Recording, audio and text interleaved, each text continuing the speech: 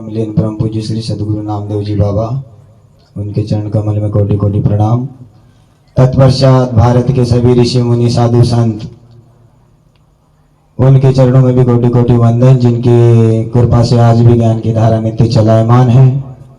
और महान संत आप श्री सती स्वामी गुलाम भगवान, मातोश्री आप श्री सती दगू माता और आप श्री रामनाथ जी बाबा, इनके चरणों में भी दंडवत प्रणाम।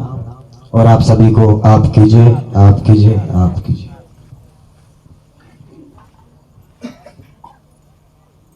अभी बहुत बढ़िया समझा के गए कदम भाई, बहुत ही सुंदर, और सुनकर आनंद हुआ। बाबा ने किस प्रकार समाज के लिए, समाज को किस प्रकार समझाए, किस प्रकार दिशा दी, उसके बारे में उन्होंने बताया। जीवन कैसे जीना चाहिए, बाबा के बताए हुए मार्ग पे किस प्रकार चलना चाहिए, बहुत ही सुंदर समझाया। तो थोड़ी सी बाबा जी के जीवन चरित्र पर रोशनी डालते हुए, बाबा जी का जन्म 31 मार्च 1899, अभी तारीख देखी है मैंने, हुआ था 31 मार्च के दिन, तीसरा महीना और 1899। उनके पिताश्री का नाम आप श्री भादरिया भाई और मातोश्री का नाम आप श्री मीना बाई, ये उनके माता पिता का नाम था। और बाबा जी बचपन से, जैसे ही बालपन से तरुणावस्था में आए, वैसे वो रोज तुलसी के जल चढ़ाते थे और सूर्य की पूजा करते थे। ऐसा कहते हैं कि सूर्य बरसात के दिनों में 3-3, 4-4 दिन जब सूरज निकलता नहीं था, तो गुलाम बाबा निर्जला व्रत रख लेते थे, मतलब एक बूंद तक पानी नहीं पीते थे सूर्य के दर्शन के बिना, यानी वो सूर्य उपासक भी थे। और धीरे धीरे धीरे धीरे उन्हें अपने आत्मदेव को साधा, और समाज के लिए अपने आत्मदेव को साधने के बाद में उन्होंने आरती पूजन का जो नियम है ये निकाला 1938 के अंदर, और समाज के लिए कुछ नियम बनाए, कुछ दिशा बताई।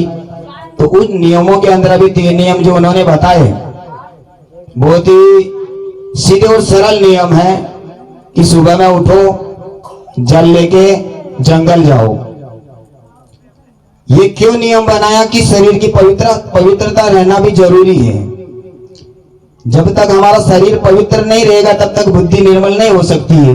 दूसरा कारण भी, जो खाने पीने के लिए जो बोला है, मांस मच्छी मदिरा, इन चीजों से दूर रहो। तो जो खाने पीने जब तक शुद्ध नहीं होगा तब तक बुद्धि और वाणी भी हमारी शुद्ध नहीं होगी। मनुष्य जन्म मिला है, मनुष्य को शुद्ध आहार क्या है, पवित्र कुदरत से जो पकी हुई जो चीजें हैं, कड़ी है, फल है, सब्जियां हैं, ये एकदम शुद्ध आहार है।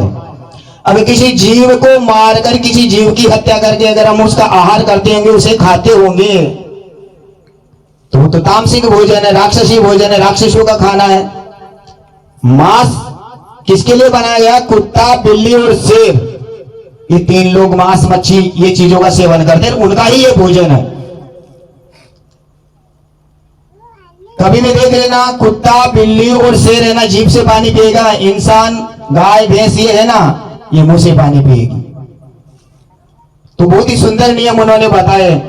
तो जीवन में हमको ये चीजों से दूर रहना चाहिए, मांस मच्छी से दूर रहना चाहिए, हर व्यसन से दूर रहना चाहिए, मदिरा से दूर रहना चाहिए। और बाबा ने जो नियम बताए उन नियमों का पालन करते हुए बाबा की आरती पूजन करते रहना चाहिए। और बाबा ने जो आरती पूजन के नियम बताए, नियम इस प्रकार बताए कि रोज सुबह शाम स्वच्छ निर्मल होकर दोनों पति पत्नी बाबा जी की आरती करो, या किसी भी देवता पे अपनी किसी पे भी श्रद्धा हो, उसकी आरती करने के बाद पत्नी पति की आरती करे, एक दूसरे को तिलक लगाए, और इस प्रकार अपना जो नित्य कर्म करते हुए जो अपने रोज के जो कर्म है, काम धंधे पे जा सकते हैं। इस प्रकार सिर्फ इतना ही करो। बाबा ने अपने एक भजन में भी कहा है, आगे चलकर समय बड़ा कठिन आएगा, झाड़ पान फूल फल भी काम न आएगा। जब कभी ऐसा दिन आए तो आरती पूजन कर लेना। कितना सहज कह गए हो, सिर्फ आरती पूजन कर लेना मेरे नाम की। इतने में भी मैं तत्पर खड़ा हूं वहां पे, क्योंकि वो हमसे दूर तो है ही नहीं ना, वो तो बोल ही गए। आपो आप जो होगा आपो आप होगा, करने वाला नजर नहीं आएगा। अभी अभी ये भाई ने बताया कोरोना के बारे में, एक हवा तत्व को आदेश दिया, चारों तरफ कोरोना की लहर दौड़ा दी, क्योंकि पंच तत्व के मालिक जो थे वो। तो बाबा ने जो बोध में लिखा है, रंजना आपसे कोई निराला हो, सूली दो फांसी दो, आत्म रूप की पहचान, इसीलिए तो त्रिगुण की तकरार हुई और आगे भूत होगा। हे रंजना आपसे कोई निराला हो तो सूली तो फांसी दो, मुझे सूली पे लटका दो, फांसी पे चढ़ा दो। आत्म रूप की पहचान नहीं है, हमको अपनी आत्मा का ज्ञान नहीं है, इसीलिए तो तीनों गुणों की तकरार हो रही है। रजोगुण अपनी तरफ खींच रहा है, बुराई अपनी तरफ खींच रही है, क्रोध अपनी तरफ खींच रहा है, सतोगुण अपनी तरफ खींच रहा है। जब तक आत्मा की पहचान नहीं, आत्म ज्ञान नहीं, तब तक तीनों गुणों की तकरार हो रही है। और आगे भूत होगा, और हो ही रहा है, जो उन्होंने कहा वो हो ही रहा है, नहीं हो रहा है ऐसा नहीं। इन चीजों का जो भी बाबा ने नियम बताए, उन नियमों का पालन करना है। जब तक इनका पालन नहीं करेंगे तब तक हमको पता कैसे चलेगा कि भाई नियम करने से हमारे जीवन में परिवर्तन क्या होता है। नियम जीवन में बहुत जरूरी है। जब तक हम नियम नहीं रखेंगे तब तक हमारे जीवन को एक सही दिशा नहीं मिल सकती है। और हमको अगर अपने जीवन को सही दिशा देनी है, हमारे जीवन को उज्जवल बनाना है, प्रकाश में बनाना है, जीवन को सफल बनाना है, मनुष्य जन्म को, तो हमको जो भी मार्ग बताया बाबा ने उस मार्ग पे चलना होगा। प्राणी मात्र के प्रति दया करनी होगी। अभी अभी उन्होंने बताया सबरी माता के ऊपर, तो सबरी माता ने सिर्फ उनके अंदर दया थी। तुलसीदास जी महाराज कहते हैं, दया धर्म का मूल है, पाप मूल अभिमान, तुलसी दया ना छोड़िए, जब लगे घट में प्राण। प्राणी मात्र पे दया करो। तो सबरी माता जो थी भील समाज की थी, कोई अन्य समाज की नहीं थी, हमारे समाज की थी, त्रेता युग में हुई थी। सबर राजा के उधर उनकी शादी के समय उनके माता पिता ने 300 बकरे लाके बाड़े के अंदर बांध दिए। वो विचार करने लगे कि पहले तो अपने घर पे इतने कभी बकरे हुए नहीं, और इतने बकरे कहां से किस लिए लाए। तो अपने माता को पूछती है। माता कहने लगी कि तेरे बारात के अंदर जो बाराती आएंगे उनको काट कर खिलाएंगे। पहले से परंपरा चलती आ रही थी, क्योंकि भोजन ही वही था। जब तक ये चीज कोई चीज, आज भी कई कई जगह पे मैं देखता हूँ, मेहमान आए ले आओ सब्जी, जो मिले वो, मगर मांस तो होना ही, मच्छी तो होना ही, भले बोगड़े का हो कुकड़े का होगा, काय क्या भी हो। मेहमान आए तो मतलब बना के खिलाना पड़ता। हमारी जात में तो प्रथा है, कई कई लोग ऐसा आज भी बोलते हैं। तो ये प्रथा से बाहर निकलो, जो सही नहीं है उसे छोड़ दो, जो सही है उसे पकड़ के रखो। तो सबरी माता विचार करती है कि मेरी वजह से शादी मेरी, विवाह मेरा, जीवन मेरा, सब कुछ मेरा हो रहा है, और मेरी वजह से 300 बकरों की हत्या हो रही है। धिक्कार ऐसे विवाह पे, मुझे विवाह ही नहीं करना, मुझे शादी ही नहीं करनी है। मेरी वजह से किसी जीव की हत्या हुई है, मैं कभी कतई नहीं होने दूंगी। ऐसा विचार कर लेती है अपने मन के अंदर, और विचार करती है कि अगर मैं अपने माता पिता को मना करूंगी तो ये मानेंगे नहीं, और इनको मैं बता भी नहीं सकती। तो रातों रात वो सोए हुए रहते हैं, वहां से निकल जाती है, भाग जाती है, और मतंग ऋषि के आश्रम में चली जाती है। मतंग ऋषि के आश्रम पे जाती है, वहां पे और भी कई ऋषियों की कुटिया रहती है। वो चोरी छुपे उनकी सेवा करती रहती है। 5-7 दिन तक कभी झाड़ू मार दे, चुपके से पानी भर दे। ऋषि विचार करने लगे कि यहाँ पे कौन आता है कौन जाता है। तो एक दिन चोरी से वो देखते हैं और उसको पकड़ते हैं कि तू कौन है, कौन सी जाति की है। तब वो अपनी जात बताती तो ऋषि तिलमिला उठते हैं, क्योंकि ये जातिवाद बहुत पहले से था। अभी तो बहुत कम हो चुका, पर पहले बहुत ज्यादा था। एक नीच जाति की तो हमारे भ्रम भ्रष्ट कर दी। तब वहां पे मतंग ऋषि आते हैं और उन ऋषियों को समझाते हैं, और उसको बोलता है कि चलो बेटी, आज से तुम मेरे आश्रम में रहेगी, आज से तू मेरे आश्रम में रहेगी। अभी ये जात के ऊपर विषय है, तो थोड़ा सा इसमें भी मैं रोशनी डालना चाहूंगा। 4 वर्ण है, ब्राह्मण, क्षत्रिय, वैश्य और शूद्र। जो ब्राह्मण है वो ब्रह्मांड है, हमारा ये सिर है, इसको ब्राह्मण का स्थान माना है। क्षत्रिय हमारी भुजा है, कमर है, वैश्य है, और चरण है, ये शूद्र है। हम सब लोगों को शूद्र के अंदर गिनती लेते हैं। मगर आपको एक बात बता देता हूं, आप कहीं पे भी जाओ, हर जगह चरणों की ही पूजा होती है।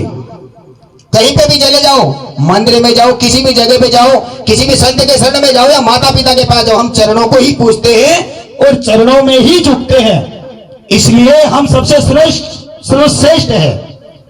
जो भी शूद्र है वो सबसे ऊपर है, नीचे नहीं है। मगर ब्राह्मणों ने ये प्रथा बना दी, पहले से जातिवाद चलता आ रहा था। इसके हिसाब से पहले क्या इतना ज्ञान भी नहीं था, हमारा समाज बिल्कुल अनपढ़ था, समझ थी नहीं अच्छे बुरे की, वो जो बोलते वही सही, डर के रहते थे लोग, दबाव में रहते थे लोग। पहले के व्यक्ति हमारे समाज के अगर शास्त्र पढ़ लेना तो उसको पापी मान लेते थे, तुझसे पाप हुआ, तुझे हक नहीं है शास्त्र पढ़ने का, गीता रामायण ऐसी चीजों का। ऐसा पहले है ना बहुत ज्यादा मतलब दुराचार होता था हमारे समाज के साथ, शूद्रों के साथ सबसे ज्यादा होता था। मगर धीरे धीरे धीरे धीरे ऐसे महान संत गुलाम बाबा, ऐसे महान संत हमारे समाज के अंदर हुए, तब आज हमारा समाज जागृत हुआ और उससे बाहर निकला। आज पहले की जैसी व्यवस्था नहीं है। पहले जो अत्याचार था, जो पहले जितना आदिवासी समाज को गिरी नजरों से लोग देखते थे, आज वैसा नहीं है। आज तो आदिवासी से लोग कांपते हैं, ऐसा वक्त आ गया है। इतना ऐसे महान संतों की कृपा से ऐसा हुआ है, फिर भी हम जाग नहीं रहे। बाबा के आने के बाद बहुत परिवर्तन हुआ है। अंग्रेजों के जमाने के थे, मगर ऐसा बोलते उस समय पे उन्होंने जब आरती निकाली थी ना 1938 के अंदर, 1.25 लाख आरती आई। अभी अभी वो दादा बोले थे कि पहले उस समय पे इतने लोग थे। हाँ, उस समय पे 1.25 लाख आरती थी, 1.25 लाख आरती थी। वो दादा बोल के भी गए कि 1.25 लाख आरती थी, तो वहां पे तलवा के अंदर ही चप्पल निकाल निकाल के जाते थे लोग। बोला वहां पे इतनी भीड़ रहती थी। तो आज तो वहां 5 लाख लोग होने चाहिए, फिर क्यों नहीं है? क्यों नहीं है? कारण यही है, वो जो बोल के गए उस पे हमारा लक्ष्य नहीं है, हमारा उस पे ध्यान नहीं है। वो जो बता के गए, वो जो कुछ नियम दिए, मात्र 3 नियम, वो 3 नियमों का भी हमसे पालन नहीं हो रहा है। मात्र 3 नियमों का पालन नहीं हो रहा है। हमारे में से कोई बीमार पड़ जाता है, किसी महाराज के वहां जाते हैं ना, वो 10 नियम क्या 100 नियम भी बता देंगे, तो हम पूरा प्रयत्न करते करने के लिए, इतना मतलब हम उसके तत्पर हो जाते हैं। और इसलिए हमारे समाज के अंदर, हमारे समाज को जगाने के लिए जो ऐसे महान संत आकर हमको दिशा दिए, उनके बताए हुए 3 नियमों का हम पालन नहीं कर पा रहे। धिक्कार है ऐसे मनुष्य जन्म पे। हमारे समाज के अंदर ऐसे महान संत हुए, फिर भी हम उनके शब्दों का पालन नहीं कर रहे। हमको कौन सा बोझा उठाने के लिए बोल के गए हैं? वो सिंपल, हम कहीं गुरु करने जाते तो गुरु तो भी हमको बोलता है कि ध्यान भजन करना, नाम का सुमरण करना, 2-2 घंटे बैठना, जितना ज्यादा बैठना हो उतना ज्यादा बैठना, मगर बैठना ज्यादा से ज्यादा वक्त निकालना। मगर बाबा जी तो ये भी नहीं बोल के गए, गुलाम बाबा तो मात्र 3 नियम बता के गया है, मात्र 3 नियम। ये 3 नियमों का पालन करो आप। पराया धन पत्थर समान, पर नारी मातो समान है। आजकल पराया धन पत्थर समान, रास्ते में पड़ा हुआ दिख जाएगा तो तुरंत उठा के देखेंगे, कोई आ तो नहीं रहा, कोई देख तो नहीं रहा, तुरंत झुक्के से उठा लेंगे चुपचाप। मतलब इतना इंसान लालची हो चुका है। एक महात्मा थे, वो एक मंदिर के बाहर आश्रम, मतलब ऐसे कुटिया थी, बैठे थे, बिल्कुल एकदम साधारण सी छोटी सी कुटिया थी। उनको कोई भी भोजन देता था, भोजन पा लेते थे वो, उसके अलावा कोई पैसा टक्का उससे कोई लेना देना नहीं था उसको। मगर एक दिन क्या हुआ, एक सेठ आया और वो सेठ है ना 500 की नोट दे गया वो महात्मा को। अब वो 500 की नोट को घुमा घुमा के देखे, सुबह से दोपहर हो गई, देख रहा है क्या करूं, फिर उसको ऐसे छुपा ले सिर के नीचे, फिर थोड़ी देर बाद उठे फिर देखे, फिर उसको कहीं धोते में छुपा ले, फिर थोड़ी देर हो फिर देखे। ऐसा करते करते करते करते सुबह से शाम हो गई, शाम से सुबह हो गई। वो सुबह उठकर उस नोट को उठाता है और मंदिर में जाकर पुजारी को बोलता है कि ये लो। भाई तेरे मुझे क्यों दे रहा है? बोला नहीं, ऐसे दौलत मुझे नहीं होना। क्यों? जो पैसा पहली बार मेरे पास आया 500 का नोट, मात्र एक 500 का नोट, इस नोट की वजह से 24 घंटे में भगवान को भूल गया। 24 घंटे में एक बार भी भगवान का याद नहीं, एक बार भी नाम नहीं लिया, सिर्फ इसकी चिंता लगी थी मेरे को। जिनके पास करोड़ों की दौलत होती होगी वो क्या कभी भगवान को याद भी करते होंगे कि नहीं करते होंगे? मुझे नहीं बोला, मुझे भगवान को नहीं भूलना। तो कहने का तात्पर्य ये है, जीवन के लिए पैसा जरूरी है, नहीं है ऐसा नहीं है, मगर नीति नियमों का पालन करते हुए मेहनत मजदूरी करके अपने जीवन का गुजारा करना जरूरी है। जो बाबा बताए इस प्रकार चलना है। लालच से दूर, पराया धन पत्थर समान, मतलब हमको मेहनत करके खानी है। बाबा का ये कहना है, मेहनत मजदूरी करके खाना, किसी का दिल मत दुखाना, कभी चोरी मत करना, किसी को लूटना मत, ऐसे बाबा बता के गए। तो बाबा जी के ऐसे नियमों का पालन होना बहुत जरूरी है। मैं तो ये कहूंगा कि हर रोज, ज्यादा भी नहीं तो रोज सुबह शाम पति पत्नी साथ में बाबा जी की आरती करे और एक दूसरे का दर्शन करे। पत्नी अपने पति की रोज आरती करे। भले कई कई बाया ऐसे भी सोच लेती है हमारा पति, कोई किसी किसी के पति मतलब थोड़े व्यसनी भी रहते हैं, किसी किसी के पति पत्नी के साथ दुर्व्यवहार भी करते हैं। वो जो भी करे उनके कर्म उनके साथ, मगर पत्नी को एक सती होने का धर्म निभाना चाहिए। पत्नी को एक सती होने का धर्म निभाना चाहिए, इसलिए अपना कर्तव्य निभाते रहना और बाबा के नियमों का पालन करने का तात्पर्य यही है कि भाई बाबा जी ने जो नियम बताए वो नियमों का पालन करते हुए आगे बढ़ना है। बाबा क्या बोलते हैं, त्रिगुण का तो जैसी हवा है, ब्रह्मा विष्णु आप लगा, मगर ये कब होता है, जब हम दूसरों की निंदा करना खत्म कर दे, दूसरों से ईर्ष्या करना बंद कर दे, किसी भी प्रकार का भेदभाव, छल कपट, चोरी, निंदा, ऐसा कोई भाव हमारे अंदर ना रहे, इन चीजों से बाहर निकल जाए। प्राणी मात्र से हम प्रेम करें, सबसे हिलमिल के रहे, किसी भी धर्म संप्रदाय को लेके हमारे मन में कोई द्वेष ना हो। आजकल तो ऐसा होता है, हमारा पड़ोसी का कुछ अच्छा होता है ना तो हम ज्यादा दुखी हो जाते हैं, इनका कैसे क्या घर बन गया, इनके घर में कैसे क्या गाड़ी हो गई, ऐसे जो विचार है ना ये हमको नरक की ओर लेके जाते। ये हमारे जीवन में सबसे बड़े यही हमको दुखी करते। इंसान का दुखी होने का कारण इंसान खुद ही है, कोई दूसरा नहीं है। हम खुद अपने ही लक्षणों से दुखी रहते हैं। क्यों? ऐसे हमारे विचार, हम जैसा सोचेंगे वैसा ही हमको मिलेगा।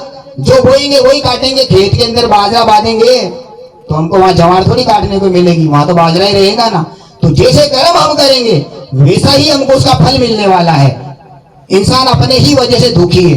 दूसरों को देख के दुखी हो जाना, क्यों? खुश हो ना, सामने वाला रुआ बहुत सुंदर, परमात्मा इसे और सुखी रखे, बाबा की कृपा हो, भगवान की कृपा हो, और ज्यादा सुखी रहे। जो भी मेरे संगत में, जो भी मेरे साथ में, मेरे गांव में, मेरे समाज में जो सब सुखी हो, किसी को कोई दुख ना हो, ऐसी भावना हमारी बन जानी चाहिए। फिर देखो हमारे जीवन में खुशियां कैसे आती है। मगर हम दूसरों के सुख को देख के दुखी हो जाती है तो फिर हमारे पास सुख आएगा कहां से? दुखी तो हम खुद ही हो रहे, दुख को तो हम खुद ही पाल रहे, दुख को तो नहीं होता हम खुद ही दे रहे। ये चीजों से दूर, ऐसे विचारों से हमको दूर रहना पड़ेगा। बात बात पे गुस्सा, किसी से लड़ाई झगड़ा करना, छोटी छोटी बातों पे तमक जाना, तिलमिला उठना, ऐसे जो विचार है ये भी तमोगुण का ही हिस्सा है। तो ऐसी जो छोटी छोटी बातों पे लड़ाई झगड़ा करना, क्रोध करना, भी कभी पति पत्नी को कुछ बोलता है तो पत्नी आग में बुला हो जाती है, पत्नी कभी पति को बोलती तो पति लट उठा लेता है। तो इस प्रकार ऐसा नहीं चलना चाहिए। धीरे धीरे धीरे धीरे हमारे ये जो अवगुण है इनको शांत करना पड़ेगा। कभी पत्नी कुछ बोले तो अपने को ऐसा लगे कि माहौल थोड़ा गर्म है तो अपने को चुप हो जाना चाहिए। एक आध बार पति कुछ बोले तो पत्नी को चुप, इस प्रकार हमारे संसार को लेके चलना जरूरी है। क्रोध को जहां से उठे वहीं दबा दो, क्योंकि क्रोध हानिकारक है। चाहो तो क्रोध से हमारा भला भी हो सकता है। कैसे हो सकता है? ऐसा बताते हैं महापुरुष कि जब क्रोध आए बहुत ज्यादा किसी के ऊपर, सामने वाले को बोलने के बजाय आप है ना अपनी दोनों मुट्ठियों को ऐसा पकड़ के जोर से आंख बंद करके बैठ जाओ और परमात्मा का नाम स्मरण करो, भगवान का नाम स्मरण करो, बाबा जी का नाम स्मरण करो, शांति से बैठ जाओ। वो जो क्रोध आया हुआ है ना वो हमारे अंदर उस समय क्रोध के अंदर परमात्मा को याद किया हुआ, समाज को भूल जाना, जिसके प्रति क्रोध है उसको भूल जाना और भगवान को याद कर लेना, हमारे अंदर की कई पीड़ाएं को नाश कर जाएगा। वो क्रोध उस समय पर हमारे शरीर में कोई रोग होगा उसका नाश कर जाएगा, ऐसे संत बताते हैं। इसलिए इस बात पे बहुत ज्यादा गौर करना। फिर तीसरा गुण है सतोगुण। सभी से प्रेम से रहना, हिल मिल के रहना, जहां जाओ प्रेम बांटो, प्रेम से रहो, किसी से ईर्ष्या मत करो, किसी से द्वेष मत रखो। दूसरी बात, हम किसी भी धर्म संप्रदाय से जुड़े हो, मगर हमारे समाज में गुलाम बाबा है, इनके चरण कभी मत छोड़ो। बहुत बड़ी बात है ये जो मैं बता रहा हूं। आप किसी की भी सेवा करो, किसी भी संत की शरण में चले जाओ, किसी भी गुरु की शरण में चले जाओ, लगे रहो, गुरु के नियमों का भी पालन करो, मगर गुलाम बाबा की याद दिल में बनी रहनी चाहिए कि हमारे समाज में एक ऐसा महान संत हुआ है जो हमारे समाज को उभार के गया है। पहले डूबा था जल के अंदर, कमल के फूल की जैसे तार गया, ये आदिवासी समाज को गुलाम बाबा ये हुए तो आज समाज जागरूक है, आज समाज अच्छे से जी रहा है। मैंने सुना है पहले है ना समाज के अंदर, आदिवासी समाज में इतने अत्याचार होता था कि गुर्जर समाज काम करवाते थे खेतों के अंदर ना, तो 5 दिन डिलीवरी होने के बाद भाई को लेके चले जाते थे खेत के अंदर, बच्चे को दोनों साइड बांध देते थे और ऐसे वो आउट चलता था उसके, और बच्चा की झोली बनाते थे, ऐसे ही काम करवाते थे। 3-3 4-4 बजे घर से आके उठा के लेके चले जाते थे, नहीं जाते थे तो मारते थे। ऐसा अत्याचार होता था आदिवासी के ऊपर। मगर आज जो भी जागृतपना है, आज जो भी हमको सुविधाएं मिल रही है, जो सुख मिल रहा है, आज हम अपनी मर्जी के मालिक जो बने हैं, तो ये सबसे बड़ा कारण है गुलाम बाबा। पहले ऐसा नहीं था, आप सभी जानते हो, मुझसे ज्यादा जानते हो, क्योंकि मैं तो यहाँ का रहने वाला नहीं हूं। मगर यहाँ पर आकर सबसे पहले मैं रंजनपुर ही गया था, सिंधा के अंदर। आज के 2003 की बात है, सिंधा में काम करता था। श्रावण महीने में पहली बार मैं यहाँ पे रंजनपुर ही गया था। रंजनपुर जाने लगा, उसके बाद में मेरी 2004 के अंदर नीजर में शादी हुई। काफी समय मतलब मैं और किसी धर्म संप्रदाय से जुड़ा ही नहीं था, और पहले कुछ मेरे अंदर भी कुछ ऐसे अवगुण भर गए थे। अवगुण का मतलब भ्रमित हो गया था कि बस ये ही सब कुछ है। माने तो ये सब कुछ ऐसा नहीं, मगर मेरी दृष्टि सब में वही है, ये देखने की दृष्टि नहीं थी पहले मेरे अंदर। मगर धीरे धीरे जैसे जैसे मैं बाबा की भक्ति में लगा, आगे बढ़ा, बचपन से हनुमान जी की सेवा करता ही था, फिर धीरे धीरे संतों के सानिध्य में बैठने उठने लगा, तब जाके मुझे समझ में आया वो जिसकी बात करते हैं, हे रंजन आपसे कोई निराला, वो तो सब में व्यापक है, और मुझे लग रहा दूसरे में नहीं है। ये मेरा भ्रम था, सबसे बड़ा भ्रम था ये मेरा। वो राम में भी वही है, कृष्ण में भी वही है, विठल में भी वही है। जो उनमें है वो चेतन सत्ता उनमें भी कार्य कर रही है, नहीं कर रही ऐसा नहीं। वो चेतन सत्ता संतों में भी कार्य कर रही है, नहीं कर रही ऐसा नहीं है।